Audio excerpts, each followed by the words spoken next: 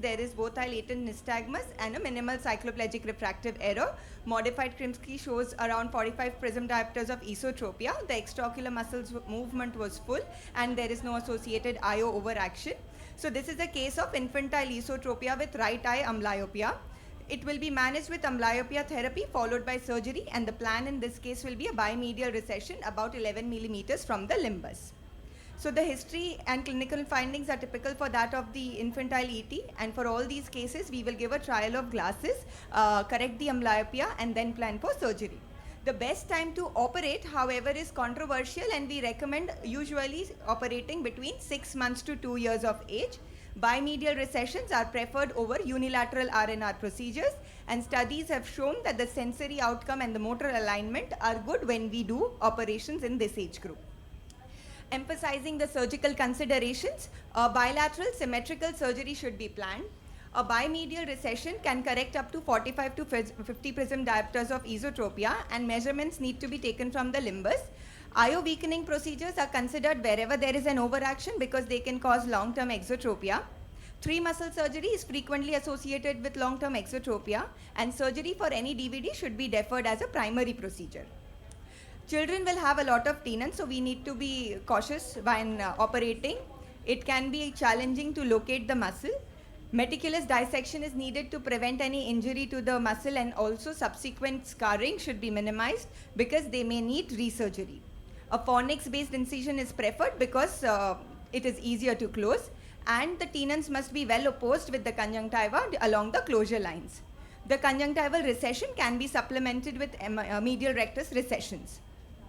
So my second case is a child, 8-year-old, complains of squinting since 2 years. We can see he has a hyperopic refractive error. The deviation for distance is 35 prism diopters, and for near it was 40. The extraocular muscle movement was full, and there is an IO overaction in the left eye.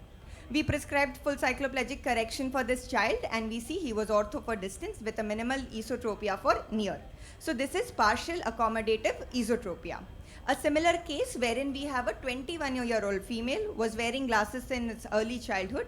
The right eye best corrected vision is 6/6 and the left eye is 6/18. So there is an anisometropic hyperopia.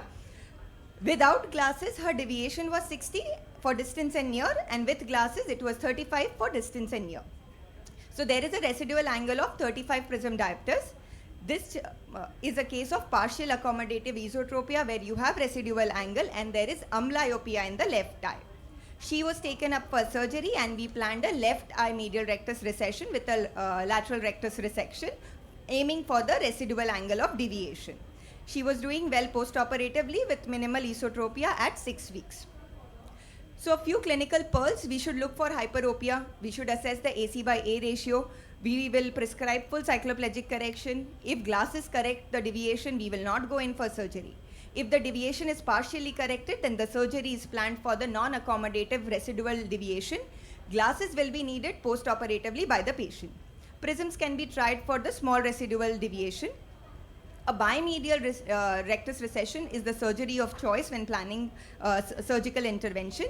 However, the standard surgical tables have a high rate of undercorrection for near if the distance deviation is corrected, wherein augmented surgery can be planned where the target angle is the average between the near deviation without correction and distance deviation with hyperopic correction.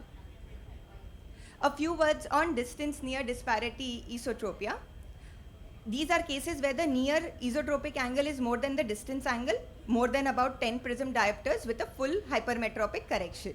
Now, on the basis of AC/A ratio, the NPA, the response to bifocals, and the magnitude of misalignment for near and distance, these can be further subclassified. If there is an ET with high AC/A ratio, first and foremost, we prescribe bifocals. Surgery is required in cases when the distance deviation is more than 10 prism diopters, even with full cycloplegic correction. Esotropia for near, even with a +3 add, or non-compliance to bifocals. We are aiming at shrinking the gap. So the surgical options here will be augmented bimedial recession, a slanted medial rectus recession, a Fardin's procedure, or a combined resection of the medial rectus, which is the Scott's procedure, MR polyp posterior fixation, or a Y-split recession of medial rectus. Now, augmented medial rectus recession is effective in controlling large distance near disparity with a high AC by A ratio. So, if we are operating for a distance angle, initial scleral bites are taken for the distance deviation. Augmentation of 1 millimeter for the near distance disparity if there is 10 to 20 prism disparity, and augmentation 1.5 millimeters for a disparity more than 20 prism diopters. So by this, every 1 mm will give us around 3.2 to 4.8 prism diopters more correction. In a slanted medial rectus recession, the superior pole of the rectus muscle is recessed for distance deviation and the inferior pole for the near deviation. This is effective in cases where you have convergence excess esotropia. The Fardin's operation is where the rectus muscle is secured to the sclera about 12 to 14 millimeter posterior to the insertion. This will shorten the arc of contact, reduce the rotational force. So the bimedial recession will be based on distance angle and the posterior fixation suture will be based on the near deviation. Scott's procedure is a modification of Fardin's where you will have a large resection of a rectus muscle followed by its recession using hangback or adjustable technique so that the recession amount is more than the resection amount. This will weaken the muscle in the field of action with a minimal effect in the primary position.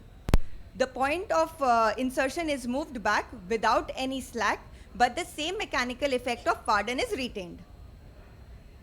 This next case is a 24-year-old female with invert squinting since early childhood. There is poor vision in the left eye, large angle esotropia, and the extraocular muscle movements were full. This was a case of sensory esotropia, and it can be managed either by a large resection in the left eye or a muscle transplantation wherein the lateral rectus resected muscle can be transplanted to the medial rectus and then recession will be done. We went ahead with a large medial rectus recession and lateral rectus resection in the amblyopic eye, and she was doing fairly well post-operatively. So in these cases, we do operate for cosmetic correction. When we operate, we choose the amblyopic eye, targeting for an angle of 8 to 10 prism diopters ET. And since it is a large recession resection, palpebral fissure changes might be noted. The next case is a 10-year-old boy who had sudden onset diplopia for 1 year and has a preceding history of fever. He has a large angle of esotropia and bilateral inferior oblique overaction. Since it was acute onset and diplopia, we ordered a neuroimaging wherein we found multiple hyperintense lesions. We checked the systemic features for hyperpigmented patches, leash nodules, and 2 plexiform neurofibroma. So this is a case of acute comitant esotropia in NF type 1. We took the child up for surgery with a bilateral medial rectus recession, lateral rectus resection, and inferior oblique recession. This was his post-operative picture, and he was doing fairly well at 6 weeks with ortho for distance and near. So AACE can be associated with neurological pathologies, hence a careful systemic evaluation and neuroimaging is a must. We should wait for the angles to become stable, usually for 6 months follow-up. And we need to be cautious when operating 4 muscles because the chance of consecutive exotropia is high. This case is a 46-year-old male. He has poor vision in the left eye is fixed in adduction, and the axial length of left eye was more. So this is myopic strabismus fixus. Here the surgical options include a loop myopexy, a partial gentian or a Nishida's, or a hemitransposition of the split lateral rectus and superior rectus muscle. So the surgical plan which we opted was a left eye loop myopexy with medial rectus recession since the MR muscle was tight on FDT. There is a large residual angle esotropia post-operatively, and we will have to subsequently plan the right eye. So here loop myopexy, it is a muscle belly union wherein the superior rectus and lateral rectus muscle belly will be sutured to one another by non-absorbable material. The next case is of a 26-year-old female with invert. Just 2 more minutes.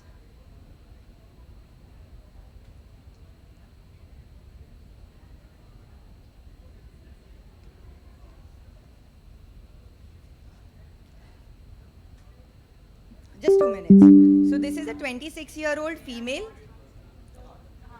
So this is a 26-year-old female. She has deviations in cycles as per her. So we examined her on her squint days as well as on her straight days. So this was a provisional diagnosis of cyclic esotropia. Now the treatment options which we have include a botulinum toxin, a bimedial rectus recession, or a unilateral RNR procedure. The surgical dose will be based on her deviation on the squinting days. So after multiple examinations, we chose to do the botulinum injection for this patient. And post-operatively, at 6 weeks follow-up, there was no squinting noticeable to her or parents, and she was ortho. After prolonged APCT, of course, we elicited 20 prism diopters of esotropia.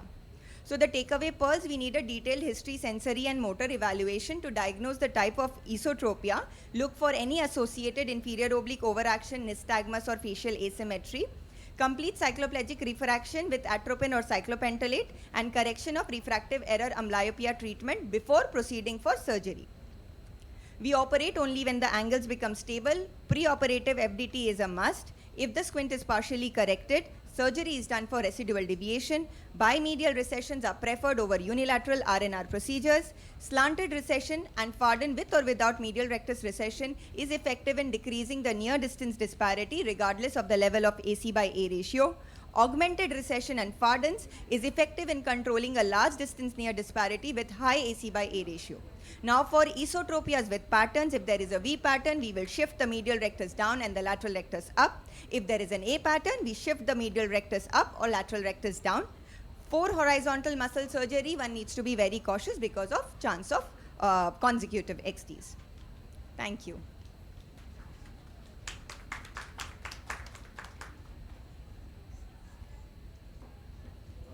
Thank you, Dr. Stuti. In the meantime, I'm connecting my laptop. If somebody has some questions regarding esotropia surgery, can please go ahead.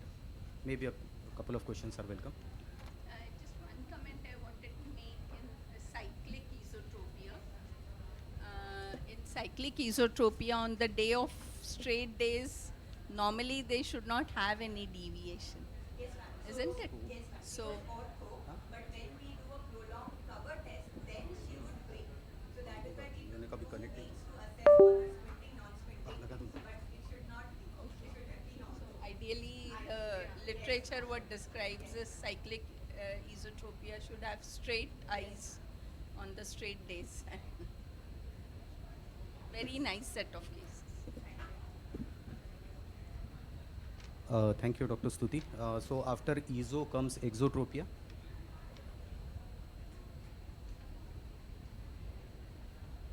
Display is not coming.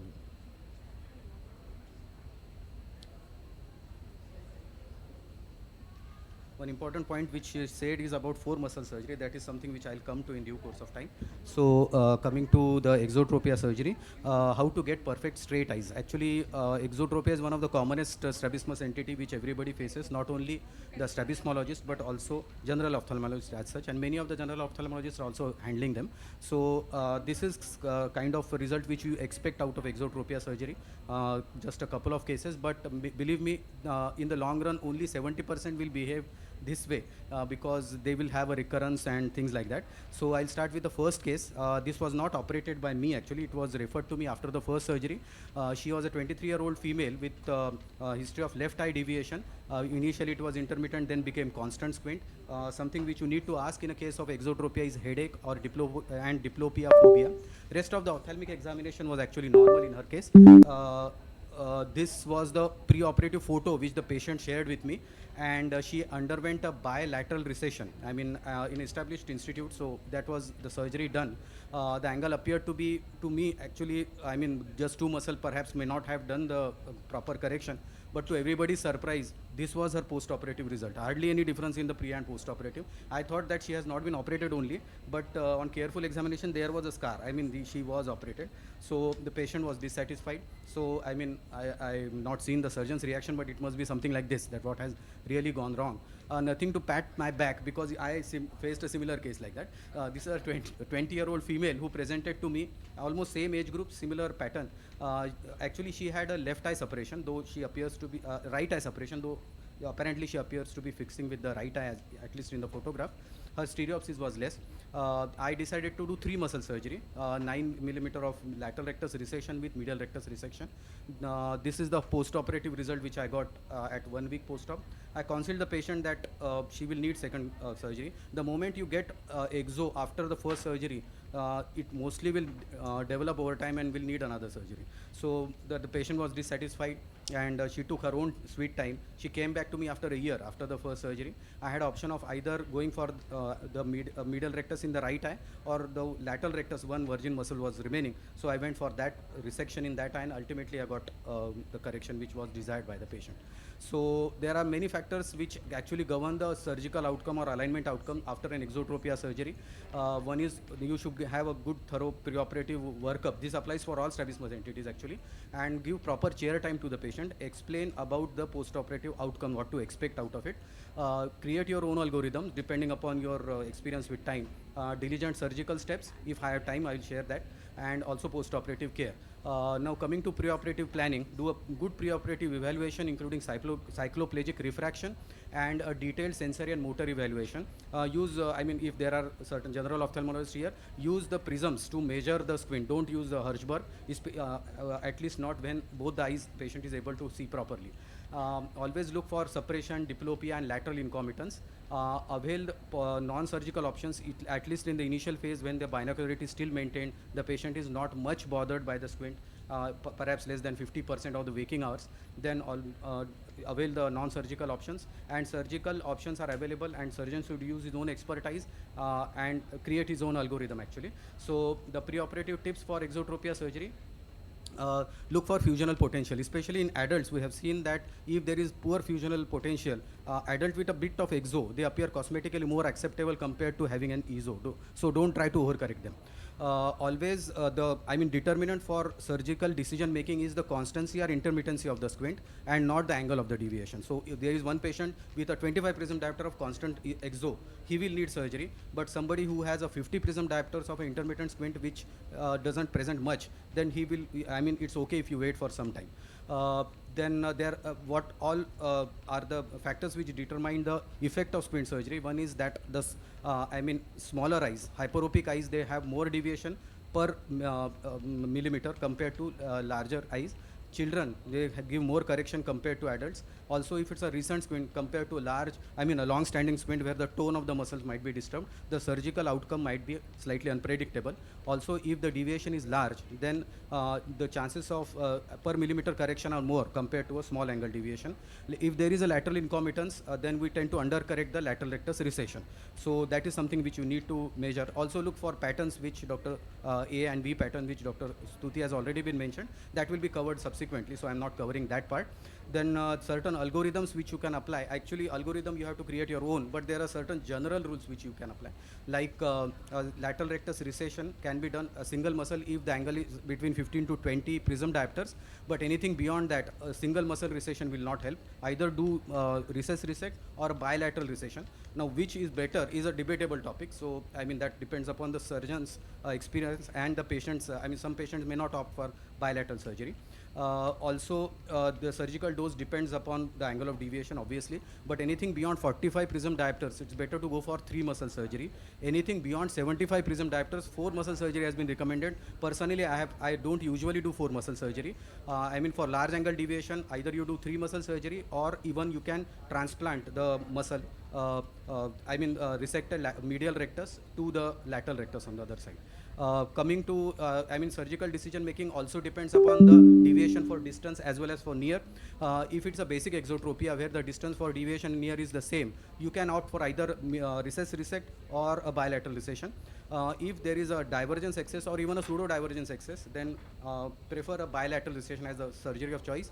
In very few cases of exotropia will have convergence insufficiency and they will need surgery. In those cases, you can directly do a bimedial resection. But remember, for all other cases, you will not have a resection effect unless you do recession. So recession is always the first the surgery of choice, and then only opt for resection.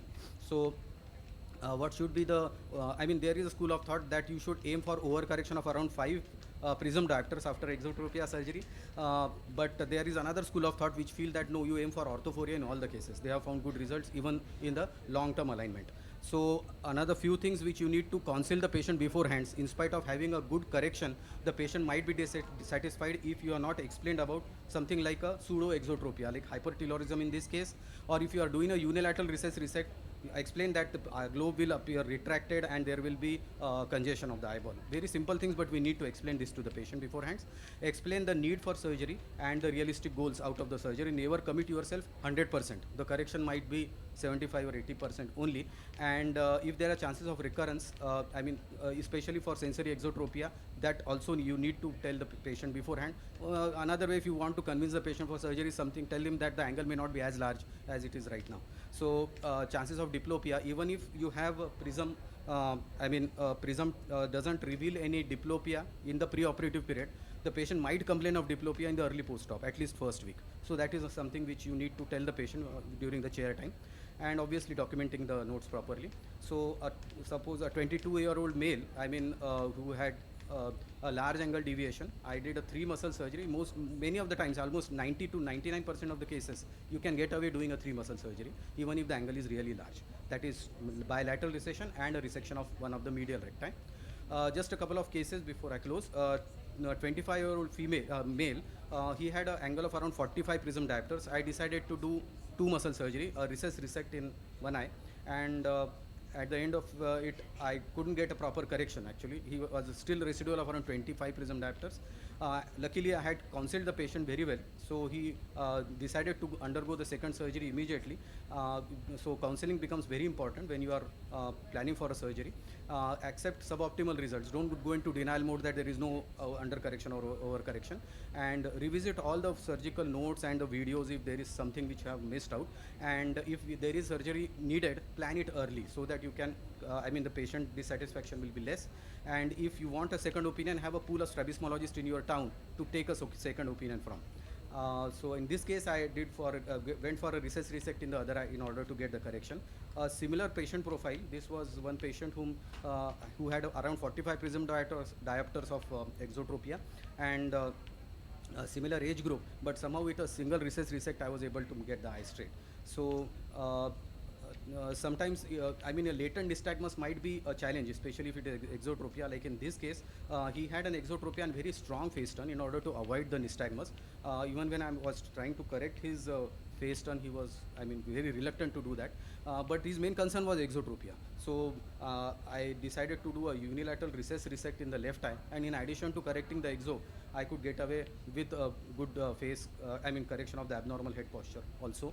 So before I close, I have some 45 seconds. I'll just explain to you how to, this is basic recess resect. Remember that if you are planning to do resection, this is recession of the left eye lateral rectus.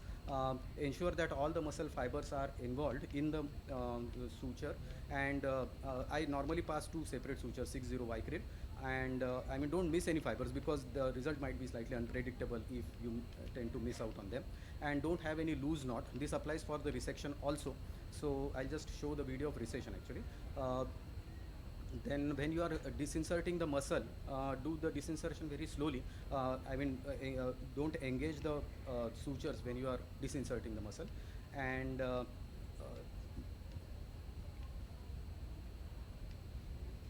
so because if you engage the sutures, then obviously further surgery will be difficult for you. And marking can be done either using ink, the blue ink, or when you are passing, it should be superficial and it should be longer. So don't go very deep. The edge of the needle should be very much visible throughout, and ensure that the muscle is properly opposed to the sclera. So with this, I would like to conclude by saying that careful preoperative evaluation and surgical planning is very important. A thorough preoperative counseling is equally important. And if there is a pseudoexotropia, you need to explain that beforehand. Create your own algorithm, and accept suboptimal result, and counsel the patient and relatives accordingly, and treat as early as possible.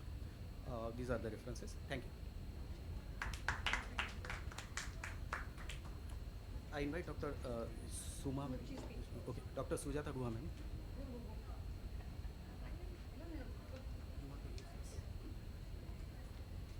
If the time permits, we can have question answers later on.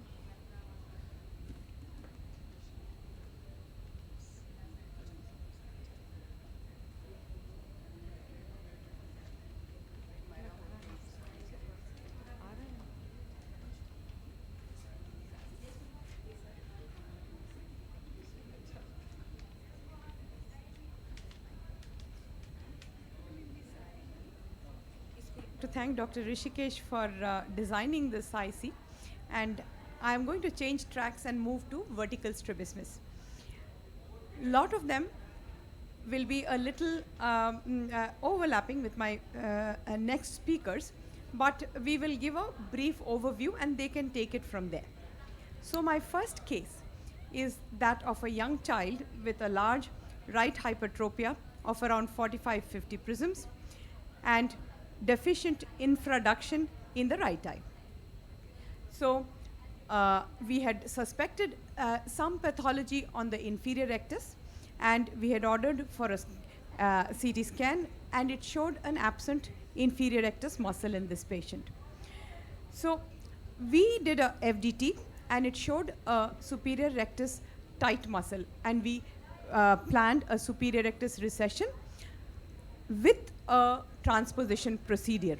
Now, transpositions can be full tendon, but with a full tendon transposition, you tend to compromise the ciliary vasculature.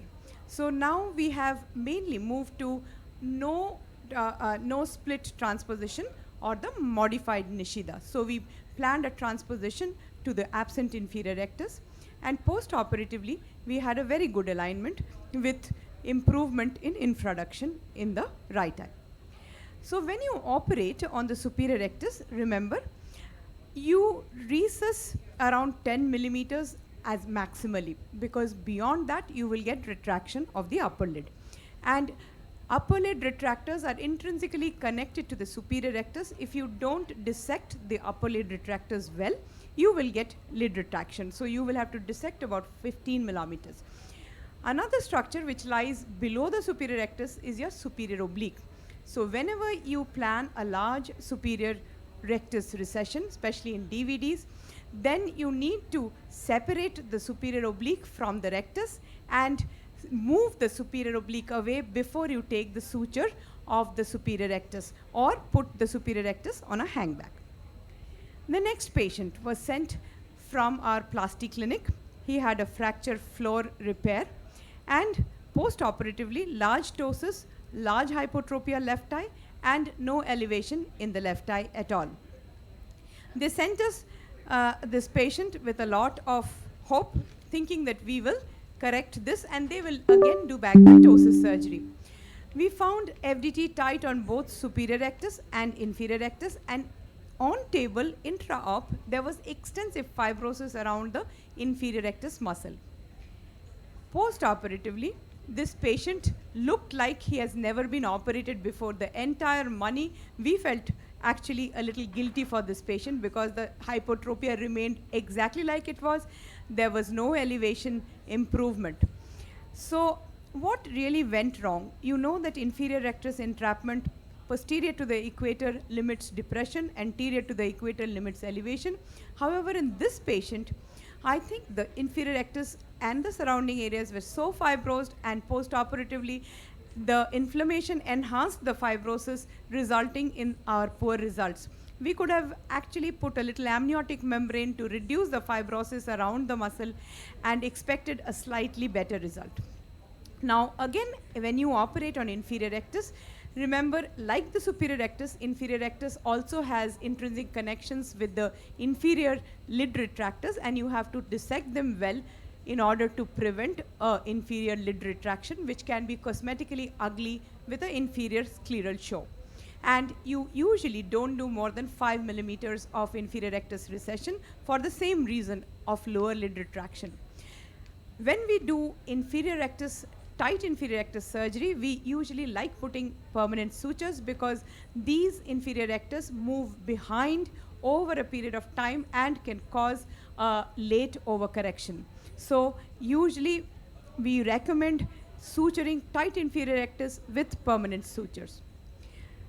Moving a little away from this, we had a middle-aged gentleman with large hypotropia and exotropia and deficiency in elevation of the left eye.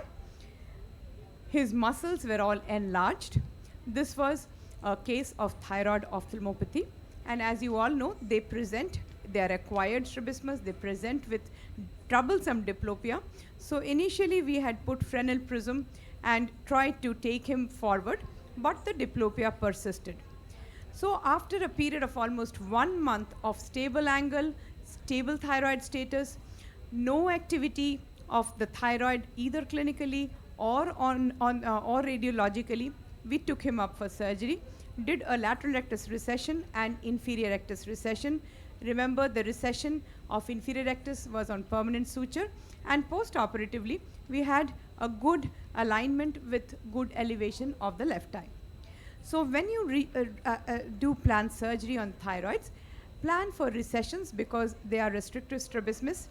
Plan a slight undercorrection, especially on the inferior rectus because of late overcorrection. Standard nomograms don't work for thyroid because the inflammation post-surgery is higher, subsequently fibrosis is also higher, and resections should be avoided because it's a restrictive strabismus.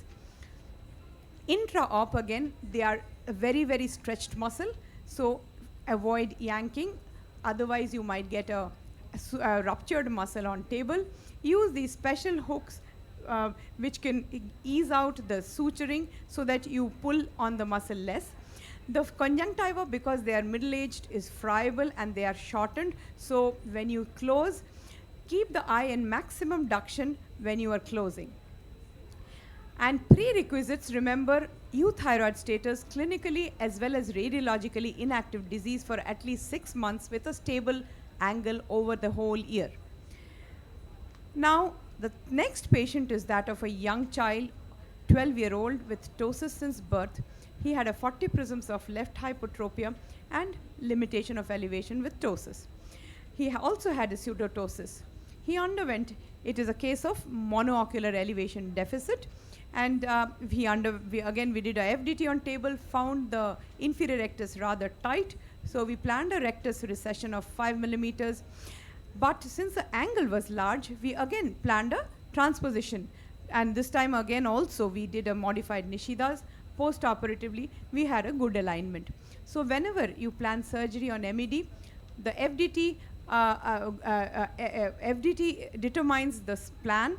If it's a tight FDT, inferior rectus is recessed, and if it's not a tight FDT, usually we plan for transpositions. Again, NAP is the classical full tendon transposition, which we have almost given up because of the ciliary vasculature compromise.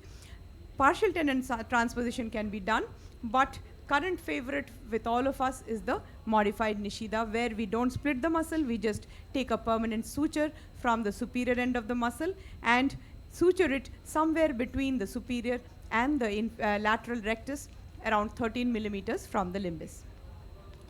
DVD is another entity which is a little rare. We do surgical correction only when there is a cosmetically ugly DVD or we have a large DVD with an abnormal head posture. Usually it is associated with oblique dysfunction, but sometimes when oblique dysfunction is not there, we do the conventional superior rectus recession surgeries, bilateral usually, because otherwise it will become asymmetrical. If the DVD is bilateral, then asymmetrical surgeries. Superior rectus recession can be done with Farden, because if we do a superior rectus recession, conventional recession, we can end up changing the primary position vertical tropia. So recession can be reduced with a Farden so that the superior rectus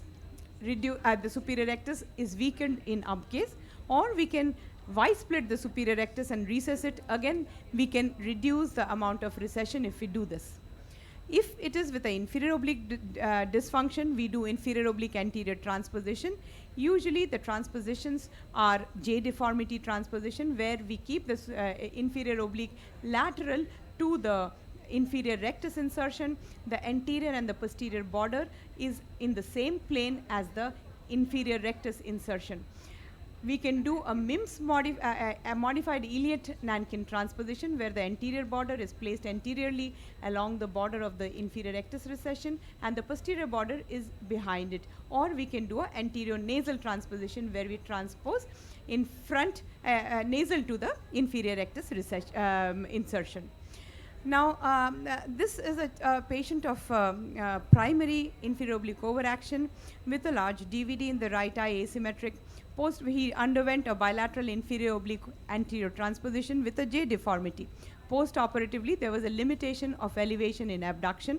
It was a anti-elevation syndrome. The FDT is usually negative, and the anti-elevation causes contralateral overaction of the elevators, mimicking inferior oblique overaction.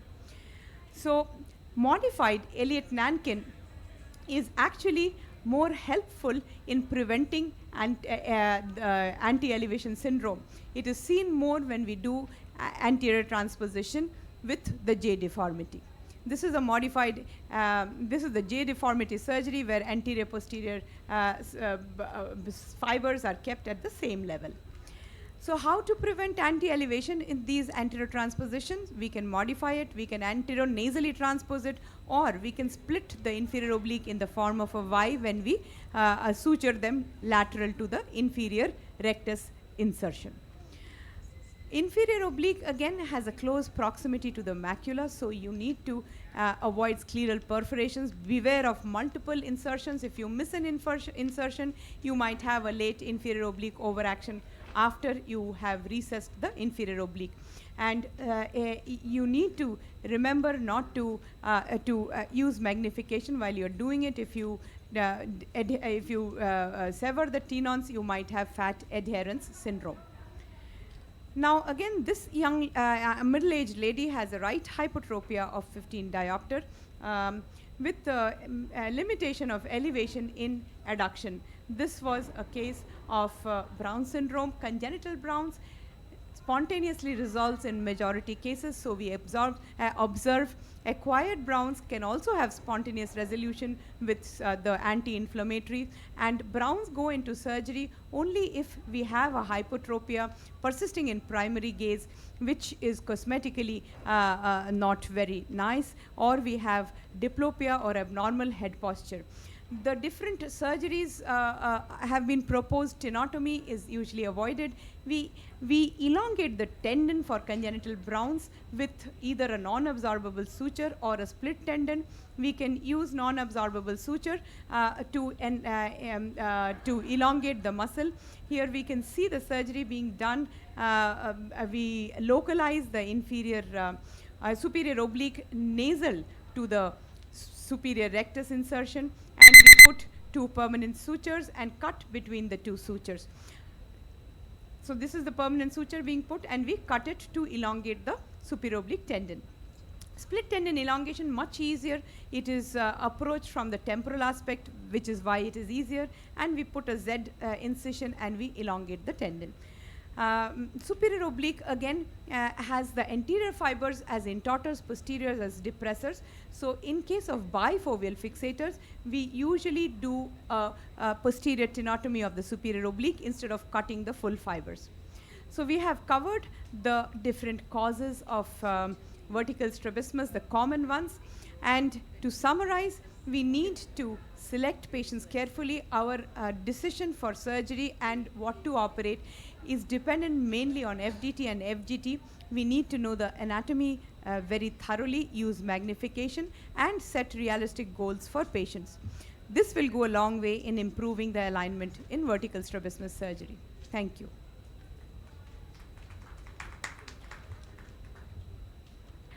I haven't done Y split of the superior rectus, but the oblique Y split is usually done to reduce the slack the fibers over there. Ames group has done quite a bit of Y split of the inferior oblique when you are transposing it. Would it bleed too much if you are splitting the inferior oblique? Yes, inferior oblique. They probably. I have seen videos of theirs, nice videos, but they have neatly separated it, cut in between the muscle, and sutured it. Something like our transposition, but they have cut it in the middle. I have not done it myself. So split might be a good option. Yeah. Anti-elevation. No, not for that. I was thinking of Superior rectus split, yes. Superior rectus split, yes. He does it quite. Farden is very difficult. Farden difficult. Split is easier. But now it gives too much So, of palpitation. I was thinking your inferior oblique split. Okay, superior rectus split is actually helpful because you can reduce your size of recession. Yeah. Thank you. How much is the maximum recession superior rectus you have done for DVT? 10 millimeters. Beyond that, it is very difficult. Very difficult. Thank you. Dr. Sujata Guha madam. Now I welcome Dr. Suma Ganesh for her presentation on how to get straight eyes in paralytic strabismus surgery. That was an excellent presentation, Dr. Sujata, and all of you presented so well. I will just talk about paralytic strabismus surgery. I think most of it has been covered, so I will not go to basically when we have paralytic strabismus, we need to, I don't know, there are not many students here, but it is for basically to rule out whether it's congenital or acquired. So if it is normally when it's acquired, there'll be diplopia, and so you also need to note the abdominal head posture. So ductions and versions are very important.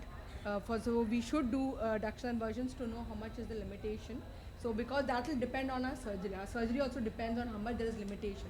Whether it is a -3 or a -5. So how much do we want to do, or what procedure we want to do? Do we want to do a recessect or a transposition?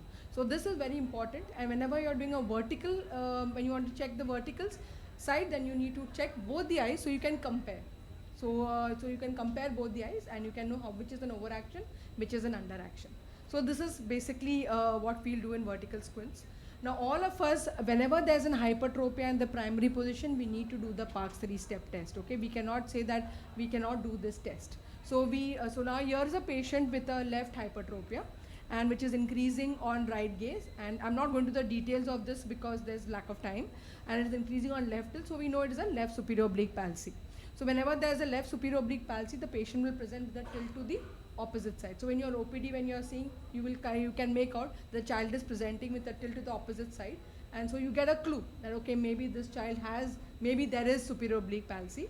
And when you have a child which is presenting to your clinic and you have a hypertropia and your tilt is to the same side, then you know it may be the other side, inferior oblique palsy. So now this is how you can detect, even by not, because in very small children they may not be all so much cooperative for you to measure in all gazes, but these can give you clues that this could be a superior oblique palsy or this could be an inferior oblique palsy. But remember, these tests have to be done. We can't just do in the primary position and say, oh, this is hypertropia, and then leave it like that. Okay, so we need to do, because we also need to differentiate whether it is a hypertropia, or Dr. Sujata ma'am presented, whether it is a DVD. So we know that when there is a DVD, what happens? The other eye does not come up. So whenever there is a hypertropia, this eye is coming down, then the other eye is coming up. So this is how you differentiate between a DVD and a hypertropia. So these are very important so that you do not cause any surgical flaws. And also we need to measure in all gazes to find out whether there's an alternating hypertropia. That's why we need to measure in both the gazes, because we might miss a bilateral superior oblique palsy. So in bilateral superior oblique palsy, you might just do one inferior oblique recession, and then after 1 month you'll find the other eye is going up. So these are the tips, like you don't want to make faults like this, so you need to measure. So measure 2-3 times if you're not sure, and measure in all gazes. So when you find that there's an increasing ESO in down gaze, like a V pattern, V esotropia, and there's an alternating hypertropia, then you suspect a bilateral superior oblique palsy. So then forced traction test is very important. I think this is one of the most important tests which we need to do, because of this child, both are having elevation deficiency. The elevation in, so duction, we find that there is elevation deficiency. But now we find that, now I want to differentiate what? So when this eye is not going up, maybe it could be an inferior oblique underaction, or what else could it be? It could be a tight muscle, like which Dr. Shubhangi ma'am will talk about.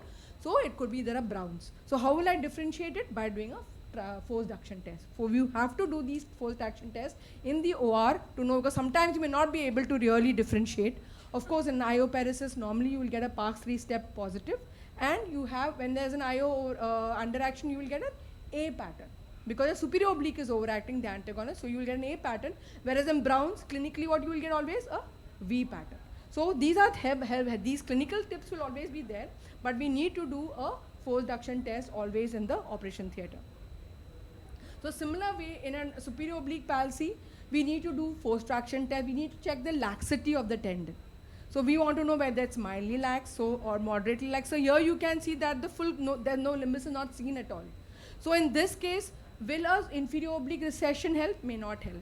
Maybe IOAT might help when you can plan an IOAT, but it is always better in these cases with such a lax tendon to do a superior oblique tuck. Okay. Now tuck is just like plication. Now most of us are doing plication. So, but only in tuck we are always afraid of creating a Browns. So we need to do it, like we need to check before, like that we're not created a Browns. So now this is a 6 nerve palsy. We can see that there's a -5 abduction deficit and there is concomitant strabismus. Okay, you can see that. Now I personally am not a big fan of modified Nishidas. I'm sorry, but I'm not a big fan. I have not got good results.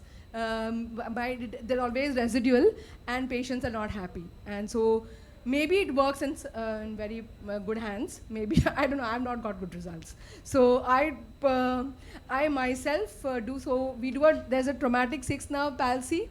So this is why you'll do a Hess chart. And then as time tested, like how we say the standard procedure, I still do a half split VRT because I find that this works and it has always worked. So, so we can, but of course I'm not saying that modified Nishad, you have to know it because there might be instances where you have a patient who might have an anterior segment ischemia risk factors, so you need to know the procedures. Because you can't say, I have not done Nishida, so I will not do Nishida, and that patient has iris angiography showing that this patient is prone towards, because an elderly patient with a diabetic, so you will have to know these procedures. But a young patient like this, so in this I've done a half split, so I will transpose it, and whenever you are transposing any muscle, we need to recess it as far as possible, otherwise you cannot transpose it properly. Your muscle does not come only to your transposition area. So you need to transpose it, so that the upper half, so I've transposed the temporal halves of superior rectus and inferior rectus to the lateral rectus. So now when you are transposing, you do not get the full effect. You want that the abduction effect to be much more. So what you do, you will add on a posterior fixation suture. So at 8 millimeter beyond, what you will put like a non-absorbable posterior fixation suture, a Foster's method which is called as, so that it improves your abduction more. Because even after this, you may not get your full. So here you have a -2. Patient is still not happy because he feels that he's still seeing double in this case. So, but this is what we can give. Maybe modified Nishidas, if they're given more, then I would naturally shift it to modified Nishidas. But what I find is that this at least improves it from -5 to -2 and improves your field of. Now this again another patient with a third nerve. So there was a marked head tilt with limitation in adduction, elevation and depression. That's the biggest problem with third nerve. Like you have all the muscles gone and then you have a torsion. So in this case, you have a left hypotropia with a exotropia. So exotropia of around 50 prisms with a hypotropia. So best in this case is when you have like this a condition, is best to do is a large recess resect for the exotropias, and also I did a superior oblique tenectomy, because otherwise you will never get that head straight, you will never get that torsion improved, or you will not get. So I'm sure madam would have preferred a chicken suture. Like you could do a chicken suture also, because tenectomy, Dr. Pradeep Sharma says, Suma, don't do tenectomies because it is scary, because you may create a palsy. So, this was so large that I was sure that it is not going to create any much problem. The hypotropia was so large. So better is to do a chicken suture because you can tailor it. Okay, because tenectomy you do not know, even if you do, so you may not know what the effect will come. So similarly you can do, the same thing which I have done, recess resect. So now this is a total congenital third nerve palsy, and in this case best is to do, I feel the best procedure is a lateral periosteal fixation. Because if you do not remove that action of the lateral rectus, it always drifts and the patient is never happy. So it is best, so I'll just show a small video of this. So you can take the help of for lateral rectus, you don't need the help much of a plastic surgeon. But for medial rectus, I do take the help of the plastic surgeon, because in that you are dealing also with the sac. So here you are disinserting the lateral rectus. Sometimes I feel, why don't we just disinsert it and create a lateral rectus palsy? But it will go and attach somewhere. That's the reason. So it may go and attach anywhere. So that's why you need to fix it to the periosteum. So you open up this is not so difficult, the periosteum, to open up, because there's no structures which are really, which will hamper. But in the medial, I'm always scared that you have the sac there. So, and then just with a non-absorbable suture, you just anchor it to the periosteum. Wherever your lateral rectus is the biggest culprit. But in these cases, there should not be any hypotropia. So if there's hypotropia, this doesn't work so much. So she nicely presented on double elevator palsy, same thing. This also had same 20 exo with RHOT. So we could do, as she said, we could do a Nishidas technique, or we could do a NAPS procedure. So in this, what I did was just one muscle because exo of around 20. So did a medial rectus transposition with an inferior rectus resection. So we need, and then a litosis surgery. So we need, so the tips are that first and foremost, we need all the tests to be done, like the Parkes 3-step test, the FDT, and we need to do ductions and versions properly. And then we need to assess in all gazes, and that's how we can get a perfectly good result. Thank you. Thank you, ma'am. One important point, very nice presentation, especially about primary and secondary deviation. I mean, for all paralytic strabismus, it's always important to know the refractive status of the patient because sometimes the paretic eye will be the better seeing eye. So apparently you will get something which is actually a secondary deviation, especially for fourth nerve or even sixth nerve palsy. So that is one point which you need to remember, and you need to correct the secondary deviation in almost all these cases. Thank you, ma'am. Thank you. I'm a fan of transposition also. It is only that you can't do three muscles. So if you do inferior rectus, you can't transpose the lateral medial rectus. Then you have to do it an eye. That's what. So it's a large angle. So Nishidas gave a age also. Yeah. Age also. Age also. Yes. Yes. Not totally right. Right. No, transposition I'm also fond. It's a much stronger procedure than Nishidas. I invite Dr. Shubhangi Bhave, madam. She is the president of SPOCI. She will be talking on getting good alignment outcome after a restrictive strabismus.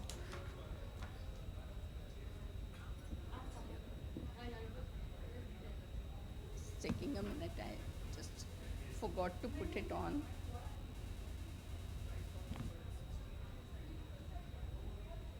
Till the presentation is on, if you have some queries, you can please ask for any of the speakers.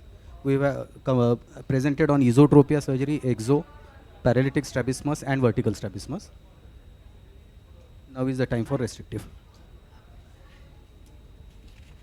How is your experience with exotropia surgery in younger children versus a little older adults?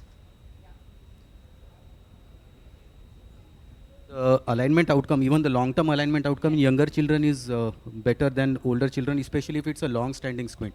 Especially beyond 35 years, you get recurrence. Reverse. I find the younger children drift another in 10, 15 years, whereas the older children, meaning older adults, say at pre-marriage strabismus, stay for a very long time.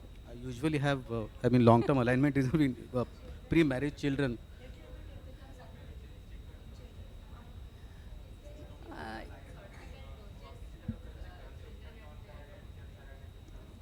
Very small children. Usually for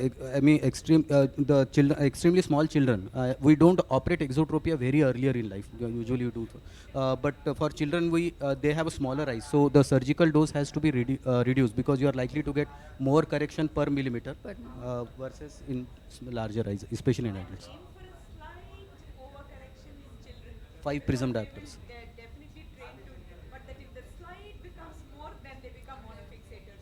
Yes. That is why the whole issue. Yes. So, as in DVD, exotropias are always a headache to the operating surgeon. So with this now we come at the outset, let me thank Dr. Rishikesh and AIOS for this session. I'll be talking on straight eyes after restrictive strabismus.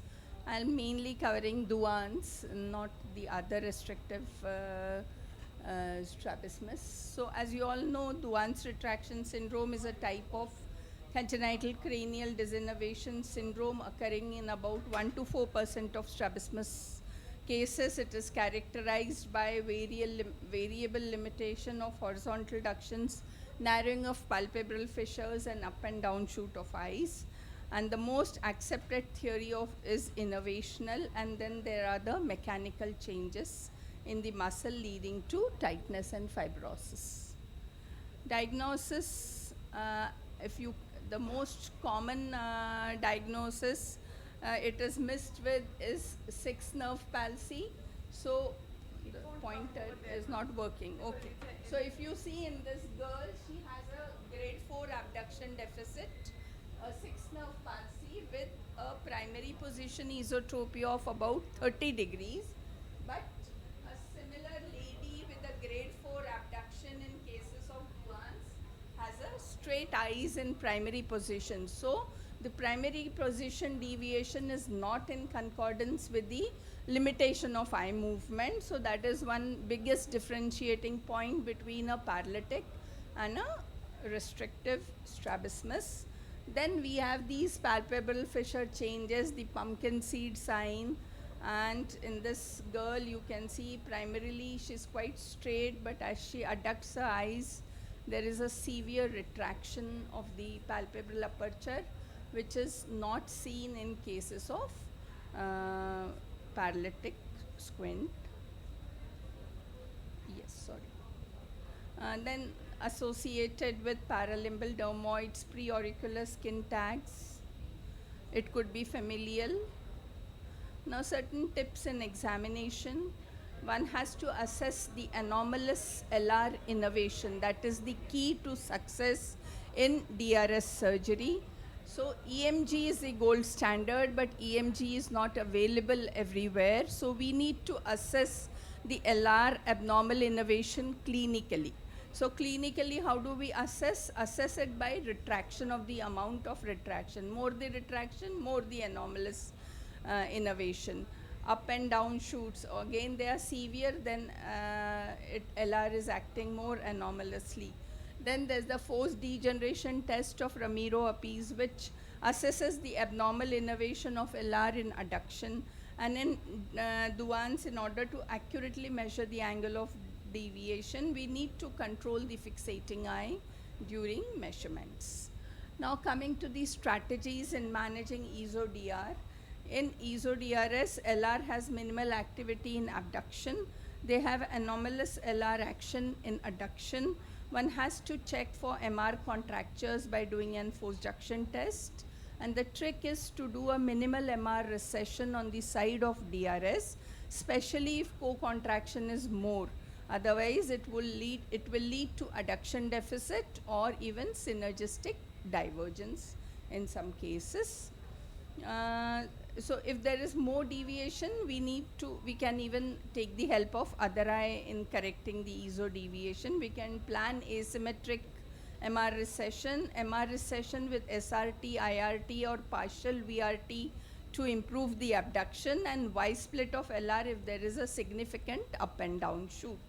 Now this is a case of ESO-DRS. You can see in the primary position, there is an esotropy of 30-35. She has an abnormal head posture, and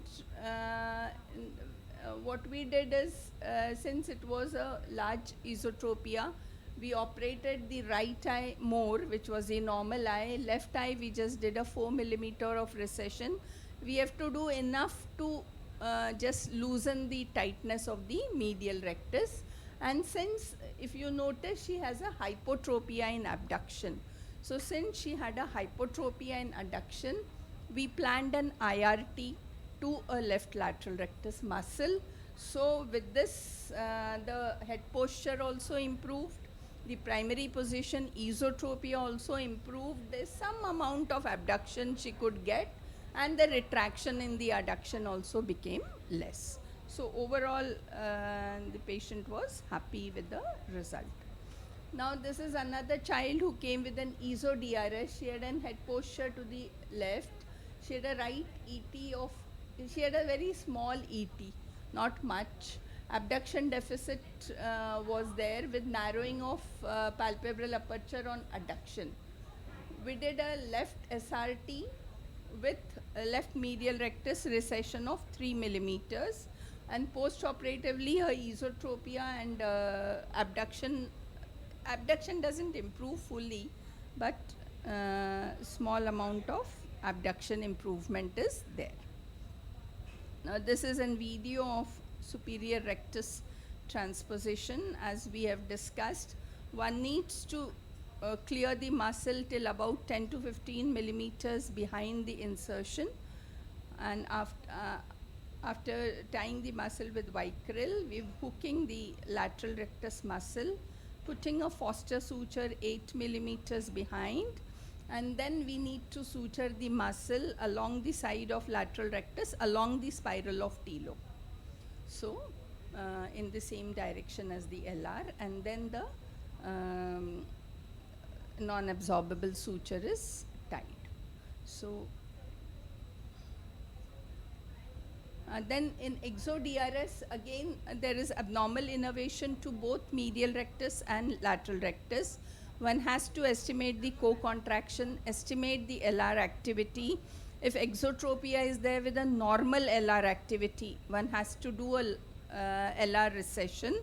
If it is associated with up and down shoots and retraction, then Y split of lateral rectus with recession, or supramaximal recession of LR, or if it is very severe, periosteal fixation of LR are the procedures recommended. Again, remember, there is a other eye which we can operate. Now, this girl came with a large head posture. You can see a face turned to the right with a large exotropia, and abduction deficit was not too much. So, I just decided to do a Y split of LR with other eye LR recession. So, after this, doing 2 muscle surgery, the head posture got corrected nicely. Primary position exotropia was also corrected, and her retraction became less, and there was no deficit abduction laterally. Now, this was an interesting case, Sujata, and just have a look, because I don't know if it was an exo-DRS, but it was a case of aberrant tree innervation. She had a large exotropia in the left eye with dense amblyopia, and just see this video. This was the pre-op video. There was an upshoot on adduction, and on abduction there was a downshoot.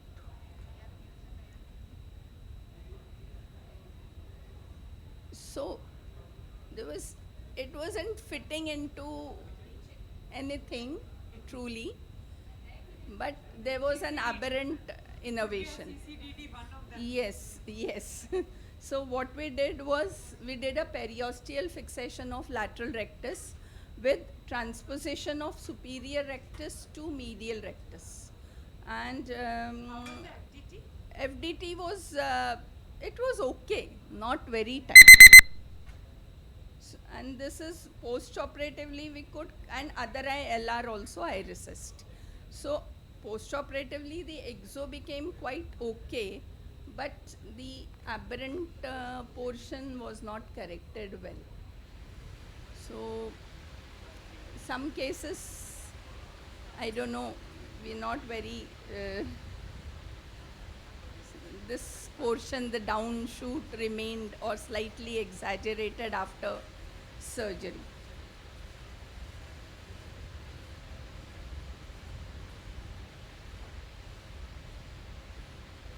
I think I'll skip this video of Y-split.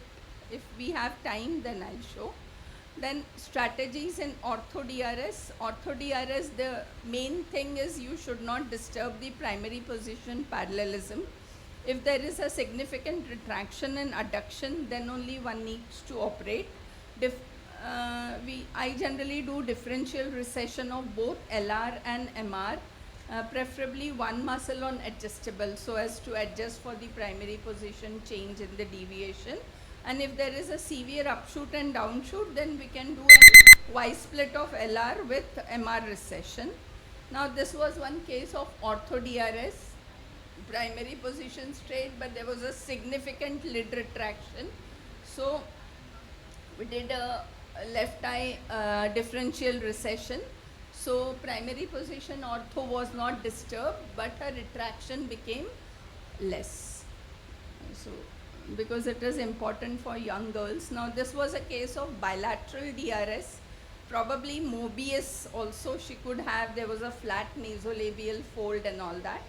And initially I suggested that we do a differential recession in one eye and C, but the parents were happy, and so they asked me to do the other eye after 2 years. So this is our team at Drishti, and we have our annual SPOCI conference in December 7th and 8th at Nagpur, so everyone is invited. Thank you. Thank you, ma'am, for a wonderful presentation. Thank you. What has been suggested, especially about that superior rectus transposition, SRT, Yes. that the abduction partially improves. Even I have not seen improving it totally, but Yes. with time it tends to improve. That is Yes. what has been Yes. mentioned in literature. SRT is a good procedure. Only thing is ki you shouldn't combine it with too much of MR recession. Otherwise, it leads to an exodeviation.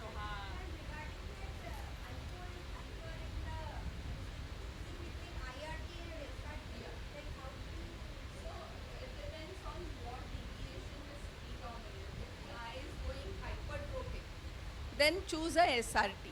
If the eye is going hypotropic, choose IRT.